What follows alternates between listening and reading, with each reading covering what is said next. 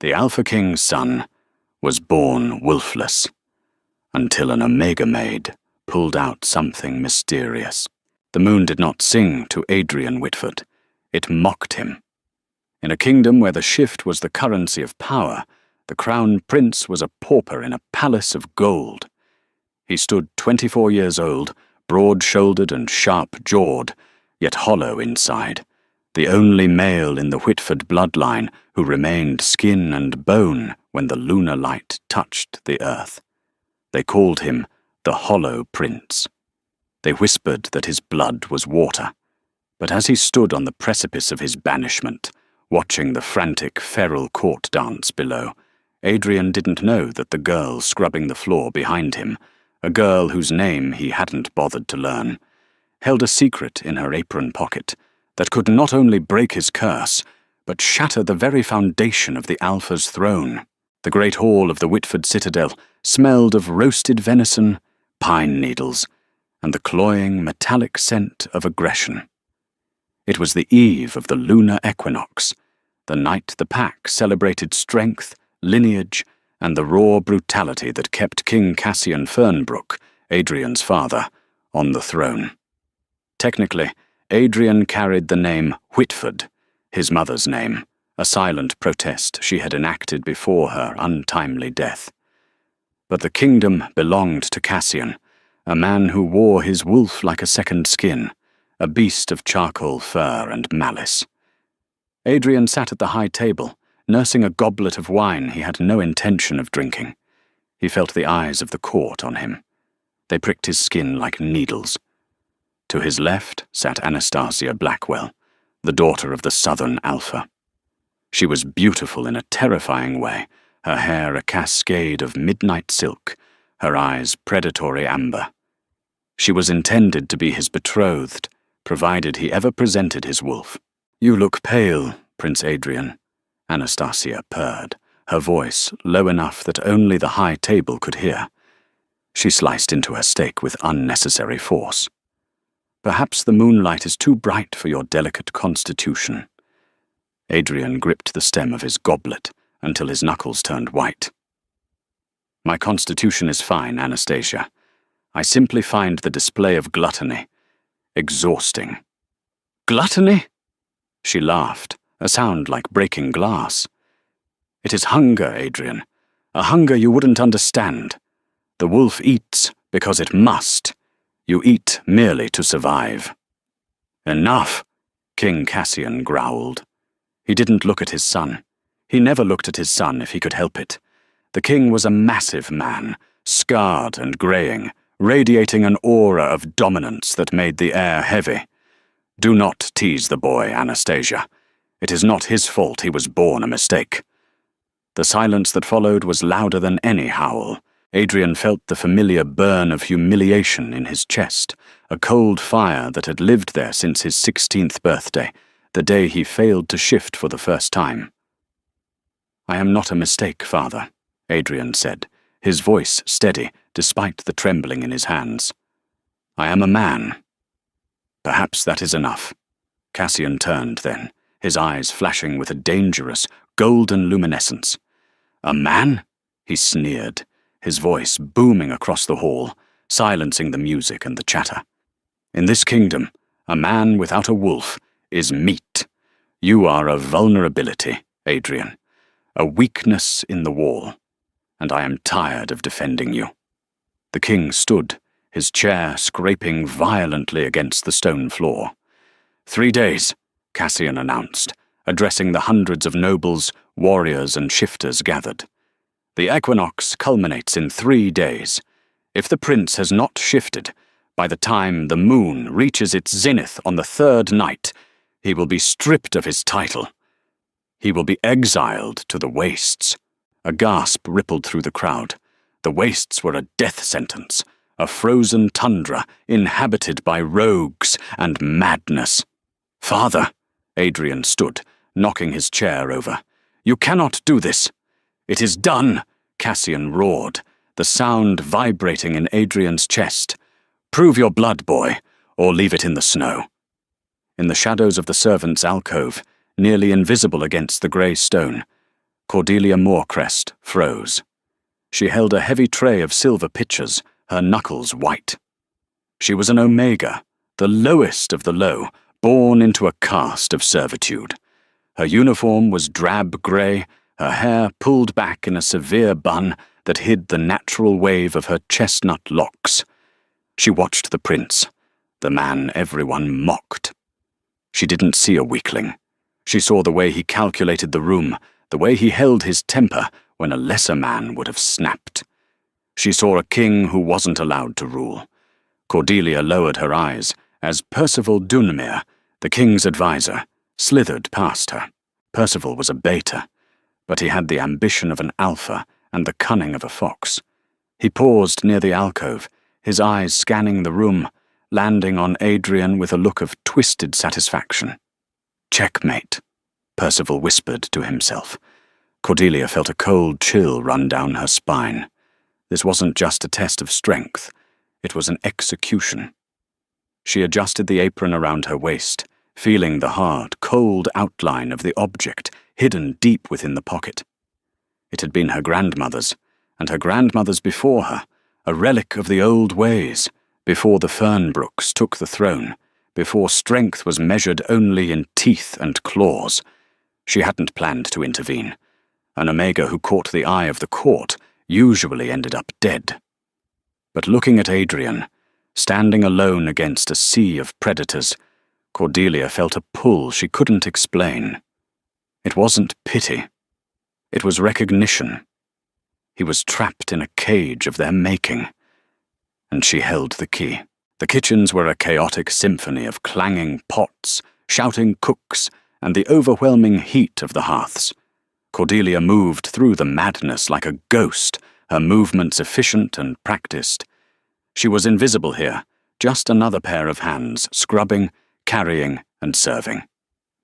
"Did you hear?" whispered Mara, another scullery maid, as they scrubbed a massive cauldron. "The prince is finished. The betting pool says he won't last an hour in the wastes."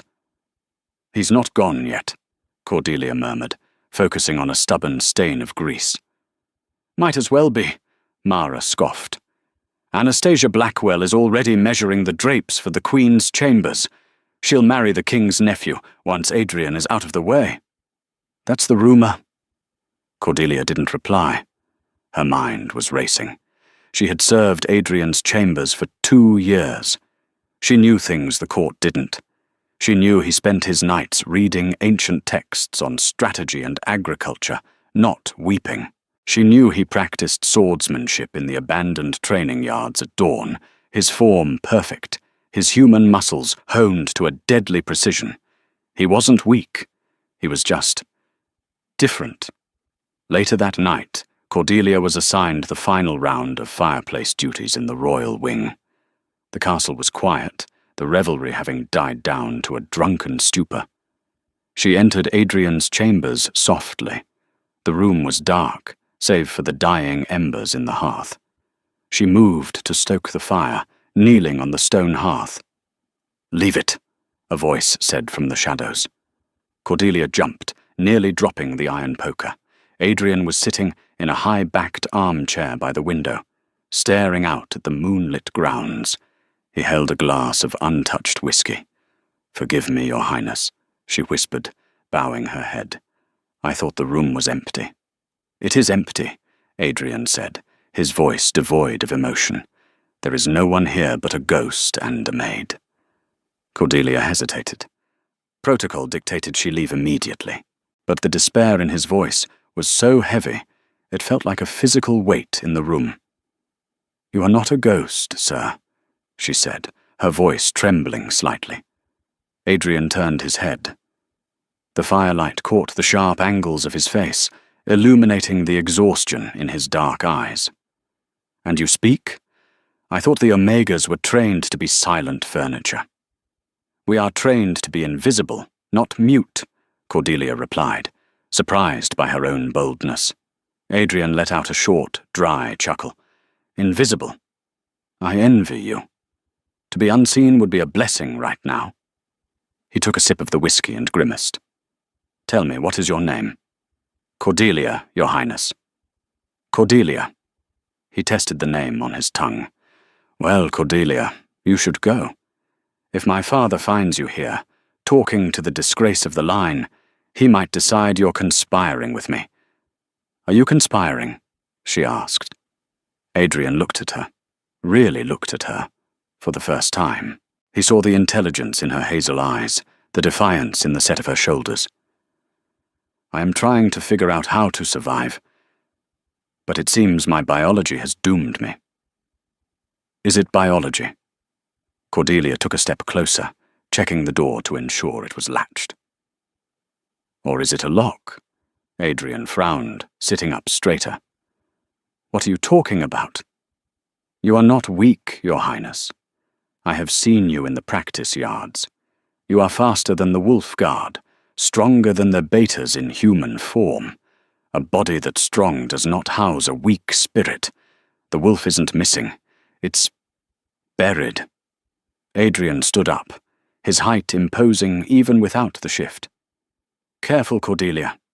You speak of things you don't understand. The royal healers, the shamans, they have all examined me. There is nothing there. They looked for a wolf, Cordelia said, her heart pounding against her ribs. They didn't look for the cage. She reached into her apron pocket. Her fingers brushed the cool, smooth surface of the object. It hummed against her skin, a low vibration that traveled up her arm. What do you know? Adrian demanded, stepping closer. The air between them crackled, not with magic, but with a sudden, intense tension. I know that the history books are written by the victors, Cordelia whispered, and I know that your mother, Queen Helena, was not just a Whitford. She was a descendant of the Moon Singers. Adrian froze. The Moon Singers are a myth. Heretics wiped out centuries ago. Not all of them, Cordelia said. Some became maids, some became invisible. Before Adrian could respond, the heavy oak door handle rattled. Heavy boots thudded in the hallway. Hide!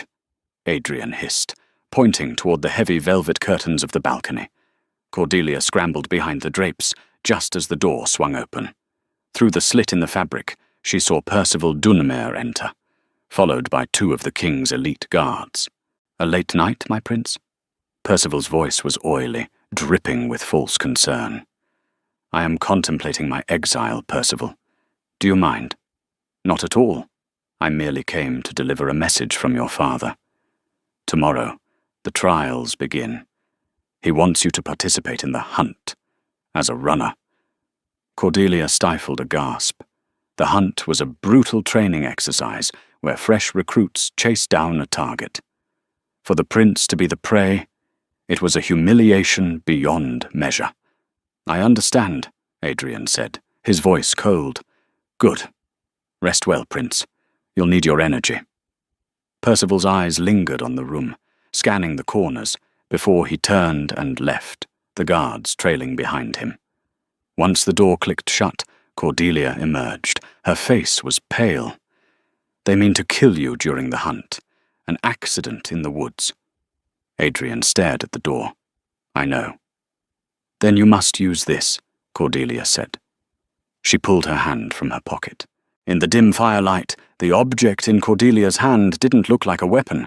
It looked like a piece of jewelry, perhaps a pendant. But it was raw and unpolished. It was a shard of obsidian, jagged and black as pitch, but suspended within the center of the stone was a single, swirling drop of liquid silver that moved with a life of its own. It was bound in tarnished copper wire, twisted into the shape of a howling mouth. Adrian stared at it. What is that? It is a soul anchor, Cordelia said, her voice barely a whisper.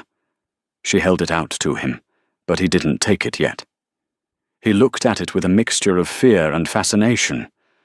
My grandmother gave it to me before she passed. She served your mother. My mother? Adrian's gaze snapped to Cordelia's face. My mother died giving birth to me. That's why my father hates me. He says I killed the only thing he ever loved. That is the story he tells. Cordelia corrected gently. But the Omegas tell a different one.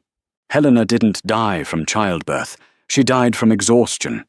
She used the last of her life force to seal something away. Adrian took a step back, hitting the edge of the windowsill. Seal what away? Your wolf, Cordelia said. She bound it. She anchored it deep within your soul where your father couldn't reach it. Why? Adrian shook his head, denial rising in his throat. Why would she make me this way?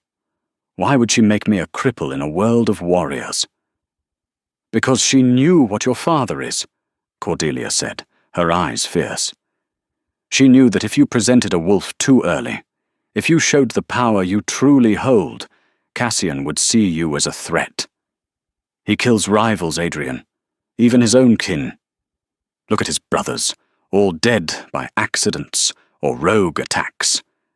She hid your wolf to save your life, until you were ready. Ready? Adrian laughed bitterly. I am 24. I am about to be exiled. I am not ready. You are, Cordelia insisted. She stepped forward, closing the distance between them. She grabbed his hand, a forbidden act for a maid, and pressed the obsidian shard into his palm. The moment the stone touched his skin, Adrian gasped. A shockwave rattled through his body, not painful, but profound. It felt like a dormant heart suddenly beating in his chest. The silver liquid inside the obsidian began to glow, pulsing in rhythm with his own blood. The seal was made with Moonsinger magic, Cordelia explained hurriedly. This anchor is the key. It draws out the resonance. It breaks the dam. Adrian stared at the stone, his hand trembling. He could feel it, a scratching at the back of his mind, a growl that wasn't a sound, but a vibration in his marrow. It terrified him. If I use this... Adrian looked at her, his dark eyes vulnerable. What will happen? I don't know, Cordelia admitted. But I know that tomorrow, during the hunt, they will come for you. If you run as a man, you die. If you face them, I might still die, he finished. But you will die a wolf, she said softly. A sudden, sharp knock at the door froze them both. Open up! Royal Guard! Adrian shoved the stone into the pocket of his trousers. He grabbed Cordelia by the shoulders, his grip strong.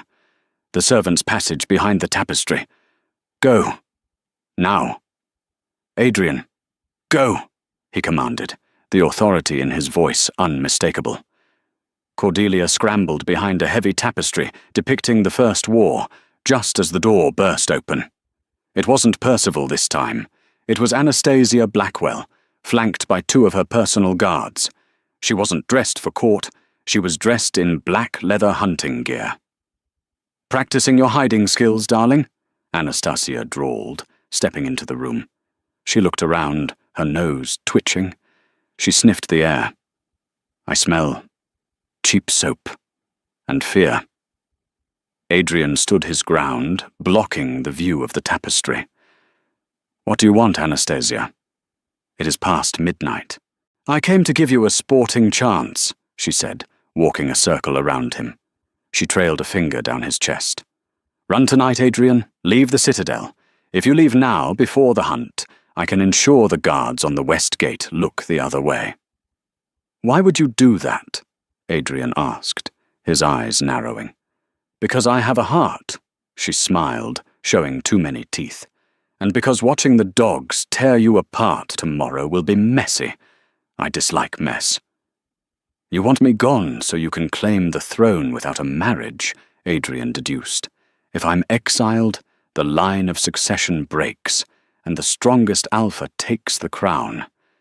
That would be you, wouldn't it?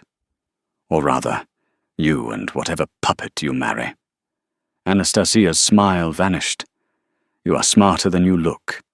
It is a shame about the rest of you. She leaned in close, her lips brushing his ear. Don't be a hero, Adrian.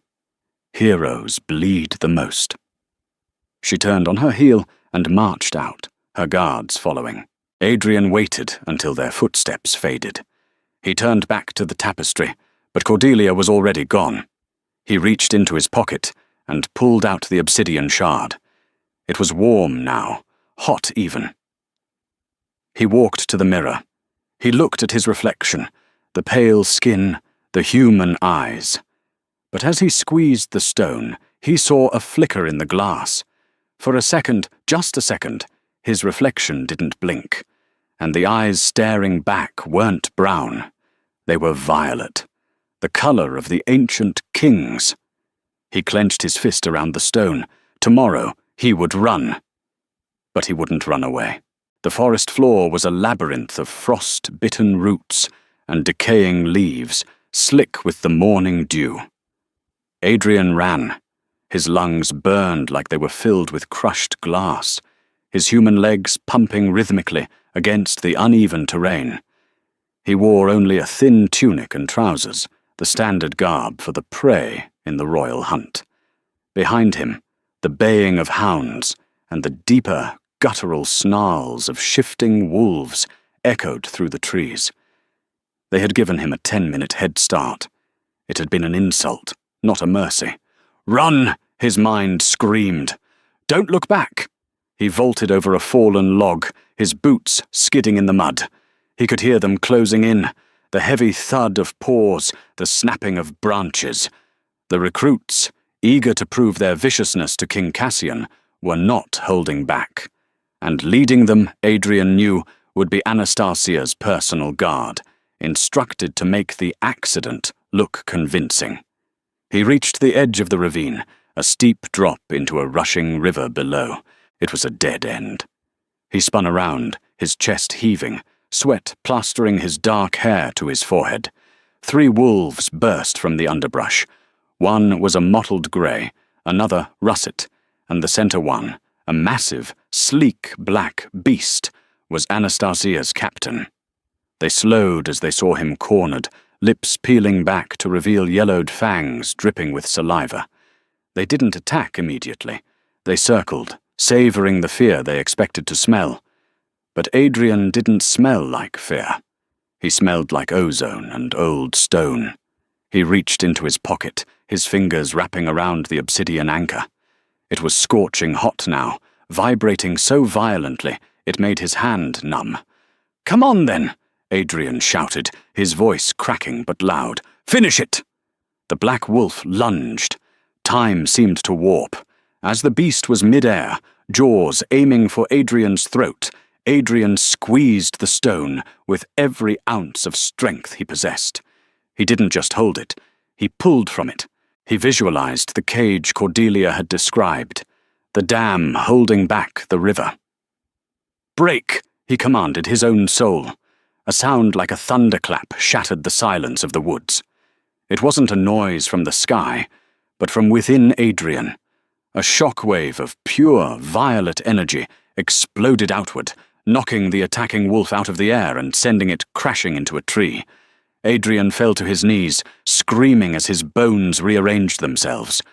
It wasn't the fluid, easy shift of the Fernbrook line. It was violent, ancient, and absolute.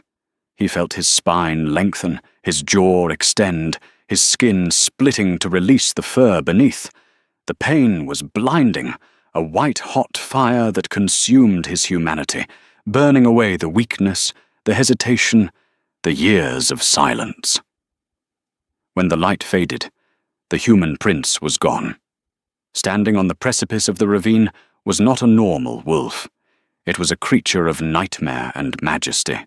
It stood nearly 7 feet tall at the shoulder, dwarfing the other wolves. Its fur was not just black. It was the color of the void between stars, absorbing the light around it. But it was the eyes that made the other wolves whine and press their bellies to the dirt. They were violet, glowing, electric, terrifying violet. The black wolf, Adrian, looked down at his paws, feeling the immense power surging through his muscles. He looked at the hunters. They were trembling, their dominance utterly shattered by the presence of a true alpha. He didn't kill them. He didn't have to. He let out a growl that vibrated in the marrow of their bones, a command that required no translation. Run. The hunters turned and fled, tails tucked between their legs, yelping like pups. Adrian stood alone on the cliff edge. He threw his head back and howled. It was a sound that had not been heard in the kingdom for 300 years, the song of the moon singer's bloodline, a melody of sorrow and conquering strength. The howl rolled over the Whitford citadel like a physical wave. In the great hall, goblets rattled on the tables. King Cassian, who had been laughing at a jest from Percival, froze. His wine glass slipped from his fingers and shattered on the floor. "What was that?" Anastasia whispered, her amber eyes widening. "That," Cassian said, his voice, barely audible, sounded like a ghost. In the scullery, Cordelia dropped the scrubbing brush. She felt it, a pull in her chest so strong it nearly knocked the wind out of her. The soul anchor had done its work. The resonance was complete. "He did it," she breathed. "Did what?" Mara asked, looking around nervously. "Did you hear that noise? It sounded like a monster." "No," Cordelia said, a small secret smile touching her lips.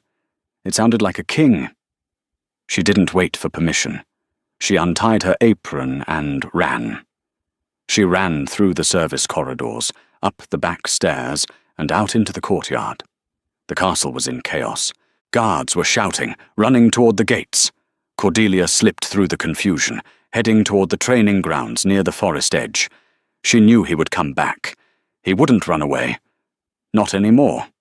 She reached the perimeter, just as the massive black shape emerged from the tree line. The guards on the wall raised their crossbows, shouting in panic. "Hold your fire!" a voice boomed. It was King Cassian. He strode into the courtyard, his sword drawn, flanked by Percival and Anastasia. They stared at the beast approaching them. The wolf walked with a regal, terrifying grace. It didn't snarl. It didn't charge. It simply walked toward the king, its violet eyes locking onto Cassian's gold ones. The gathered crowd gasped. "Violet," someone whispered. "The mark of the first kings." Cassian lowered his sword, his face draining of color. According to the ancient laws even he couldn't ignore, a wolf with violet eyes was chosen by the moon goddess herself. To kill one was to invite a plague upon the pack. The wolf stopped 10 paces from the king. The air shimmered, and with a sickening crunch of bone reforming, the wolf shifted back. Adrian stood there, naked, mud-streaked, and covered in scratches. But he looked like a god. His eyes had not returned to brown. They remained a swirling, luminous violet. "I have returned, Father," Adrian said, his voice rough, layered with a growl. "I believe I have passed the test." Cassian stared at his son, hate warring with fear in his eyes. He slowly sheathed his sword. "You have shifted," he spat, "but a wolf does not make a king. Obedience does." "I am done with obedience," Adrian said calmly. Percival stepped forward, his eyes darting around. "Someone helped him," he hissed to the king. "That shift, it was induced. It reeks of old magic." Adrian's gaze snapped to Percival. The advisor flinched as if struck. "Bring him a cloak," Anastasia commanded, breaking the tension. She walked forward, her eyes hungry as she looked at Adrian's new form. "Cover yourself, my prince. You have quite the audience." A guard hurried forward with a fur cloak. Adrian took it, wrapping it around his shoulders. His eyes scanned the periphery of the courtyard, ignoring the nobles, ignoring his father. He was looking for someone. In the shadows of the archway, he found her. Cordelia stood there, her hands clasped over her heart. Their eyes met. A jolt of electricity arced between them, invisible but undeniable. Adrian felt a sudden, fierce protectiveness wash over him. "Mine," his wolf whispered. "She is the key. She is the calm." He gave her a barely perceptible nod before turning back to the court. "I will take my place at the council tonight," Adrian announced, "and we will discuss the future of my kingdom." He walked past his father, his shoulder checking the king hard enough to make the older man stumble. The court parted like the Red Sea, bowing low, not out of custom, but out of primal fear. The atmosphere in the citadel had shifted from mockery to terror. The servants whispered that the prince was possessed. The soldiers whispered that he was a deity reborn. Cordelia was trying to make herself small in the laundry room, folding sheets with trembling hands. She knew the danger had just increased tenfold. Adrian had exposed his power, which meant the king and Percival would be looking for the source. "You there, girl!" Cordelia froze. Percival Dunamere stood in the doorway, 2 guards behind him. He held a piece of fabric in his hand, a torn strip of grey linen. "This was found in the prince's chambers last night," Percival said, stepping into the room. The scent of lavender and rot rolled off him. "It matches your uniform." Cordelia turned, keeping her face blank. "Many maids clean the prince's chambers, Lord Dunamere." "But only one was seen entering late at night," Percival said, his voice silky. "And only one has a grandmother who was rumoured to practice the forbidden arts." Cordelia's heart hammered. He knew. "I don't know what you mean, my lord." "Don't you?"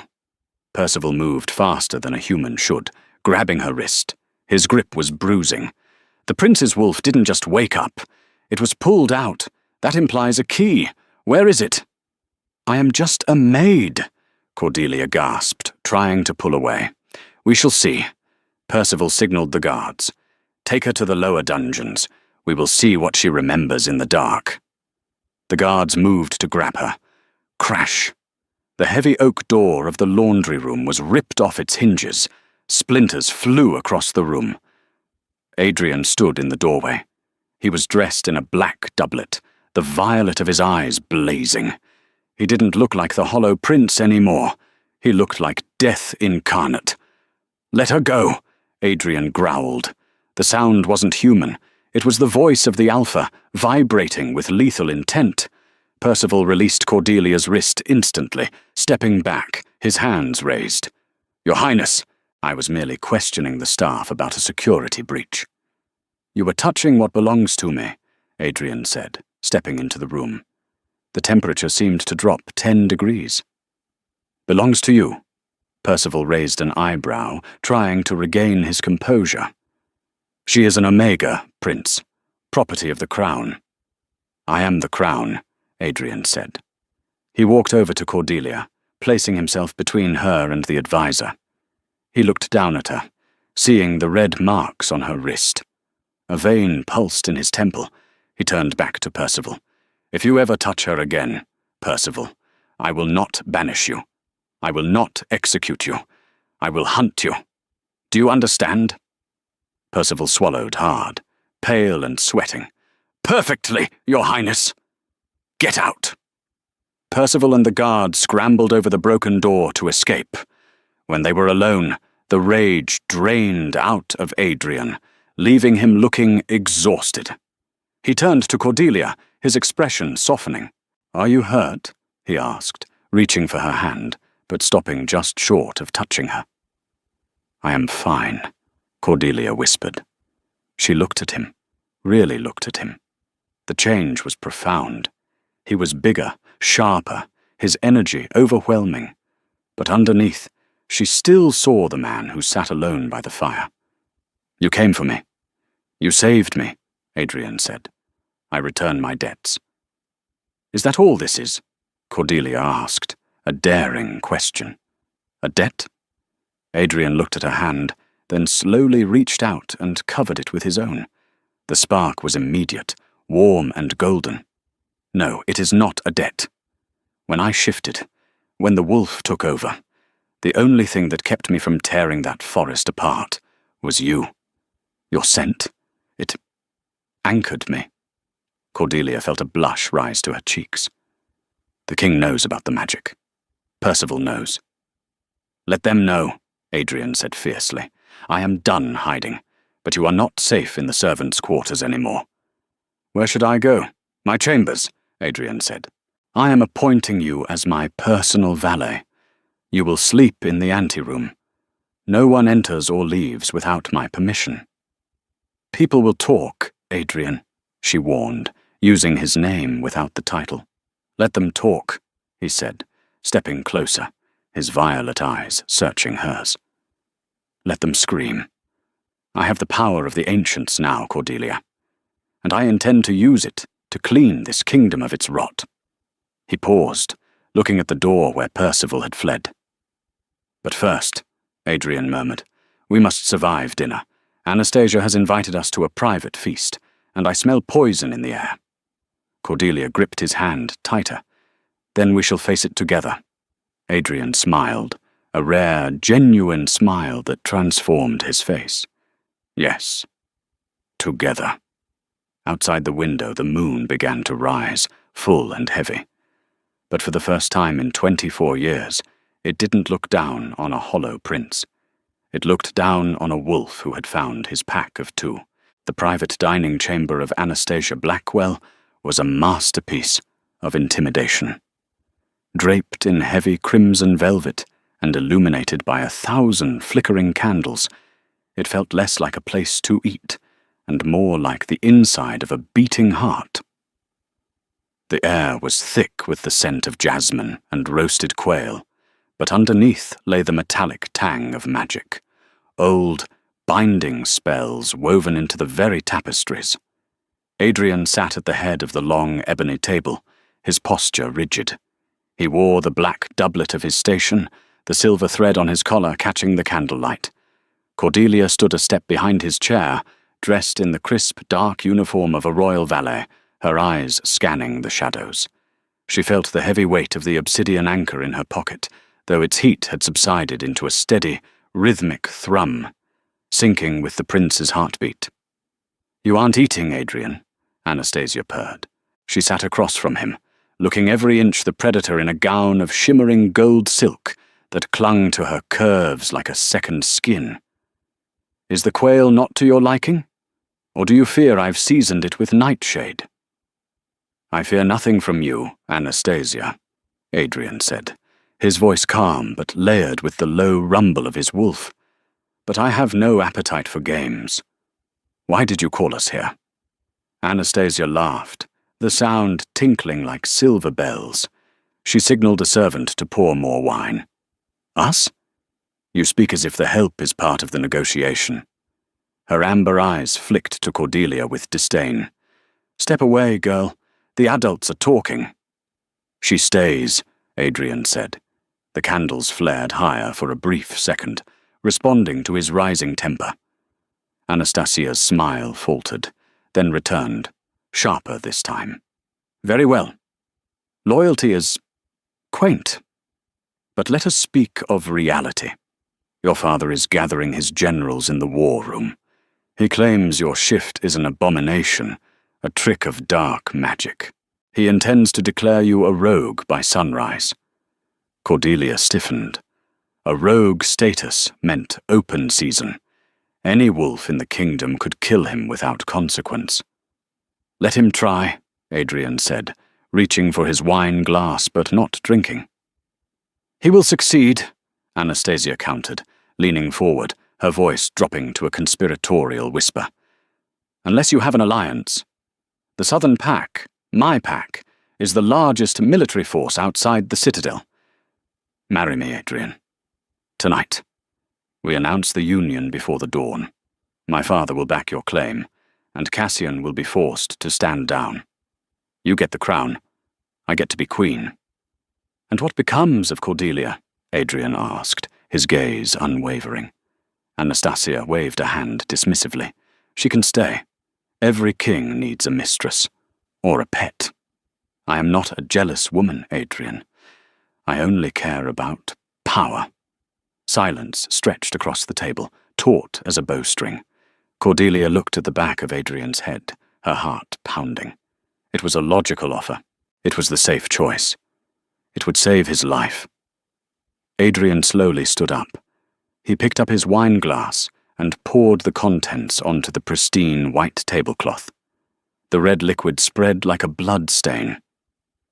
"You misunderstand the nature of power, Anastasia," Adrian said softly.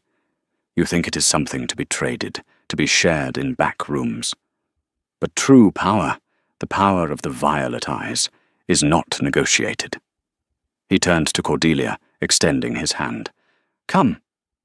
Anastasia's face twisted into a mask of fury. "You reject me? For a scrubber?" "I reject you," Adrian said, looking back at her with pity, "because you are a wolf who thinks like a sheep. You follow the herd. I intend to lead it." "You won't make it out of this room," Anastasia hissed. She snapped her fingers. The door slammed shut. From the shadows of the velvet drapes, a dozen soldiers emerged. Not regular guards, but mercenaries, their armor stripped of crests. They held crossbows loaded with silver-tipped bolts. "A simple choice, Adrian," Anastasia said, standing up. "Marry me or bleed out on my floor." Adrian didn't shift. He didn't even flinch. He looked at Cordelia. "Do you trust me?" "With my life," she whispered, her hand moving to her pocket. "Good. Then close your eyes." Adrian didn't need the anchor this time. The anchor had only been the spark. He was the fire. He slammed his fist onto the table. Boom! It wasn't a physical blow. It was a telekinetic shockwave. The heavy ebony table split down the middle, splintering into shrapnel that flew outward with the force of a grenade. The mercenaries were thrown back against the walls, their crossbows firing harmlessly into the ceiling. The candles were extinguished instantly, plunging the room into darkness. "Run!" Adrian commanded. He grabbed Cordelia's waist, hauling her toward the balcony doors. He kicked them open, shattering the glass, and they leaped out into the cool night air, landing on the stone terrace below. "They will hunt us now!" Cordelia shouted over the wind. "Let them come!" Adrian growled, his eyes glowing violet in the dark. "The time for hiding is over." The citadel was a fortress of stone and paranoia. News of the incident at Anastasia's dinner spread like wildfire, twisting with every retelling. By midnight, the rumor was that the prince had turned into a demon and slaughtered the southern delegation. Adrian and Cordelia had taken refuge in the old library, a towering, dusty spire that had been abandoned for decades. It was the one place the soldiers wouldn't think to look. They believed books were for the weak. Cordelia paced the narrow aisles of rotting parchment, her mind racing. "We are trapped, Adrian. Percival has sealed the gates. The king has mobilized the elite guard. We are 2 against an army." Adrian sat at a heavy oak desk, reading a crumbling manifesto he had pulled from a locked shelf. "We are not 2, he murmured. "And this is not an army." He turned the book around. It was a genealogy of the first kings. "My mother didn't just hide my wolf, Cordelia. She hid a legacy. The violet eyes aren't just a mutation. They are a sign of the spirit walker. A wolf capable of commanding not just the body, but the mind of the pack." "Mind control?" Cordelia asked, horrified. "No, resonance. The Alpha King doesn't rule through fear. He rules through connection. My father severed that connection years ago. He rules by breaking the pack. I can rule by healing it." "But how?" "By speaking the truth," Adrian said. "But to do that, I need to get to the bell tower." The bell tower was the highest point in the citadel. It housed the voice of the elders, a massive bronze bell used to call the entire city to assembly. "The tower is guarded by the Night Watch," Cordelia pointed out. "They are the most loyal to your father." "Then we will have to be clever," Adrian said. He looked at her, his expression intense.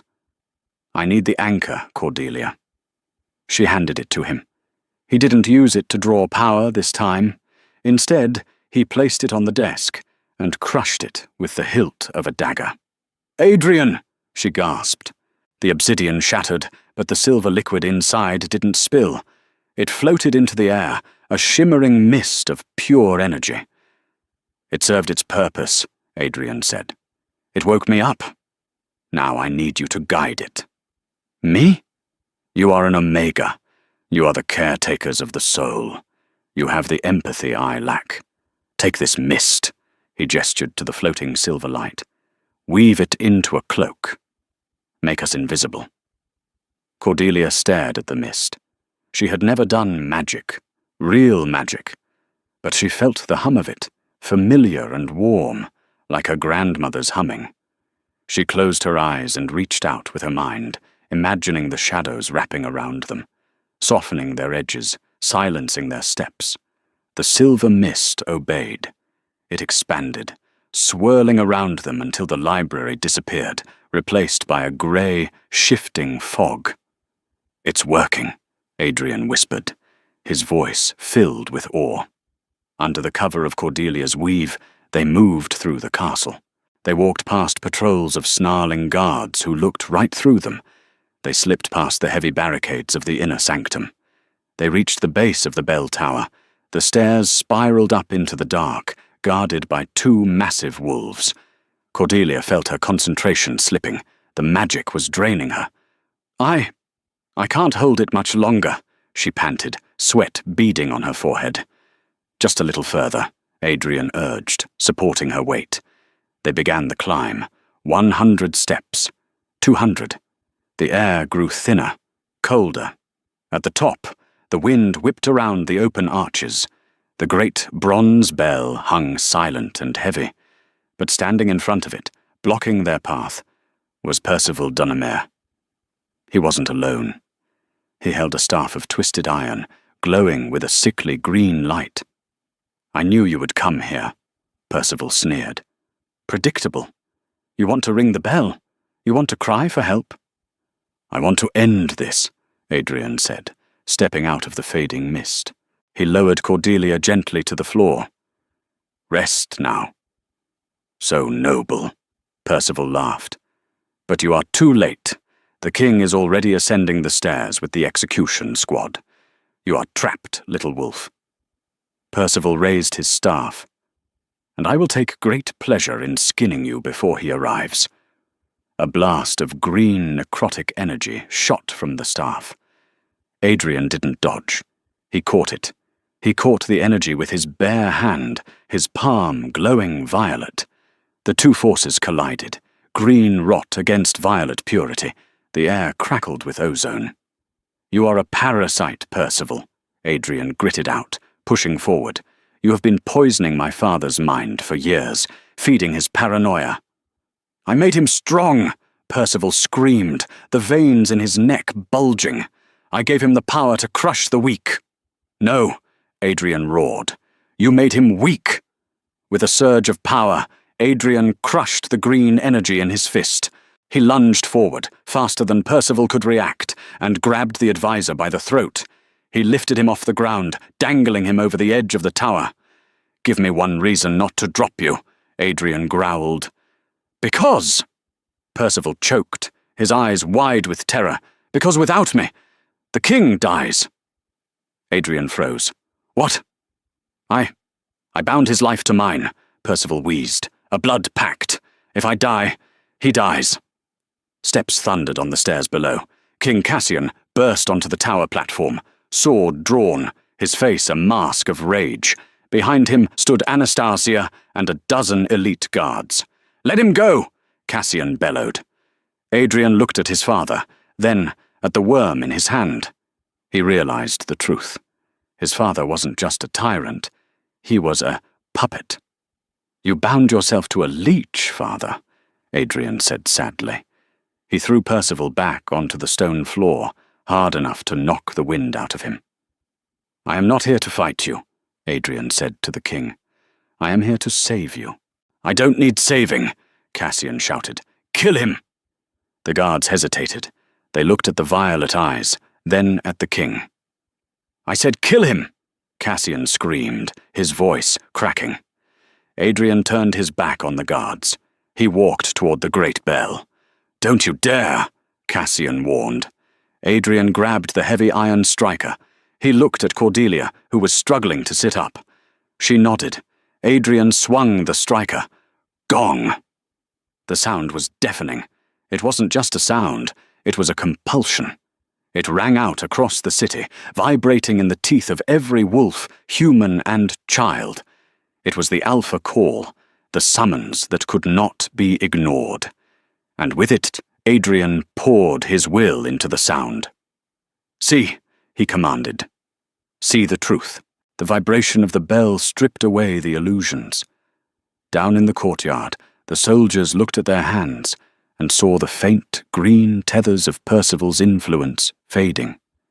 In the tower, King Cassian fell to his knees, clutching his chest as the dark magic binding him to Percival began to unravel violently. What have you done?" Cassian gasped, his skin turning grey. "I broke the spell," Adrian said, standing over his father.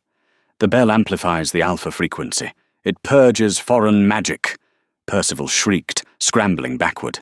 His skin was beginning to wither, his youth fading rapidly as the stolen life force was ripped away. "No, I am the architect of this age. I am—" Percival crumbled into dust before he could finish the sentence, his centuries of dark pacts catching up to him in seconds. King Cassian coughed, blood spattering the stone. He looked up at Adrian, his eyes clearing. The golden madness was gone, replaced by the faded brown of a dying old man. "Adrian," he whispered, You have her eyes." "I have her heart, too," Adrian said, kneeling beside him. "Unlike you." I was afraid," Cassian admitted, a tear cutting through the grime on his face. "The prophecy. It said a violet wolf would end the Fernbrook line." "The prophecy was right," Adrian said solemnly. He stood up and looked at the guards, at Anastasia, who was cowering in the corner. "The Fernbrook line ends tonight. The Whitford line is restored." Cassian let out a long, rattling breath, and then he was gone. The king was dead. Silence descended on the tower, heavy and absolute. Anastasia was the first to move. She dropped to her knees, bowing her head so low it touched the stone. "Long live the king," she whispered, her voice trembling. The guards followed suit, dropping their weapons. "Long live the king!" Adrian didn't look at them. He walked over to Cordelia. She was pale, exhausted, leaning against the cold stone wall. "Are you all right?" he asked, his voice losing its command, returning to the gentle tone of the man in the firelight. "I am just a maid, Your Highness," she teased weakly. "This is a bit much for a Tuesday." Adrian smiled. He reached out and cupped her face. "You are not a maid. You are the Queen's own blood." The Moon Singers were the first advisors. "You are my equal." He turned to the open archway. Below, the city was waking up. Thousands of torches were being lit. They were waiting for a sign. "What will you tell them?" Cordelia asked. Adrian took her hand. "I will tell them that strength is not about how hard you can bite. It is about who you protect." He led her to the balcony edge. They stood together, silhouetted against the massive silver moon. "Shift with me," Adrian whispered. I can't," Cordelia said. "I have no wolf." "You don't need a wolf to run with me," he said. Adrian shifted. The massive black wolf stood tall, his violet eyes glowing like beacons. He lowered his head, inviting Cordelia to lean against him. She buried her hands in his thick fur. She looked out at the kingdom, at the snow-covered pines, at the future stretching out before them. For the first time in history, an Alpha King stood not alone, but with an Omega by his side, not as a servant, but as his anchor. The reign of King Adrian Whitford, the first of the Violet Eyes, is written in the history books, not in ink, but in song. He was the king who tore down the walls between the castes. He was the king who banished the dark arts and brought back the old ways of balance and respect. But the bards prefer to sing about the Omega who stood beside him. They sing of Cordelia, the girl with the moon in her pocket, who taught a monster how to be a man, and a man how to be a king. They ruled for 60 years, a golden age where no child was born wolfless, for they understood that the spirit is the true beast. Their love story reminds us that destiny is not written in the stars, but hidden in the courage of the quietest hearts. It teaches us that we are not defined by what we lack, but by what we are willing to give. If you believe that true strength lies in the heart and not the claws, like, share, and subscribe for more tales of love, magic, and rebellion. May your own moon always be full and your anchor always hold.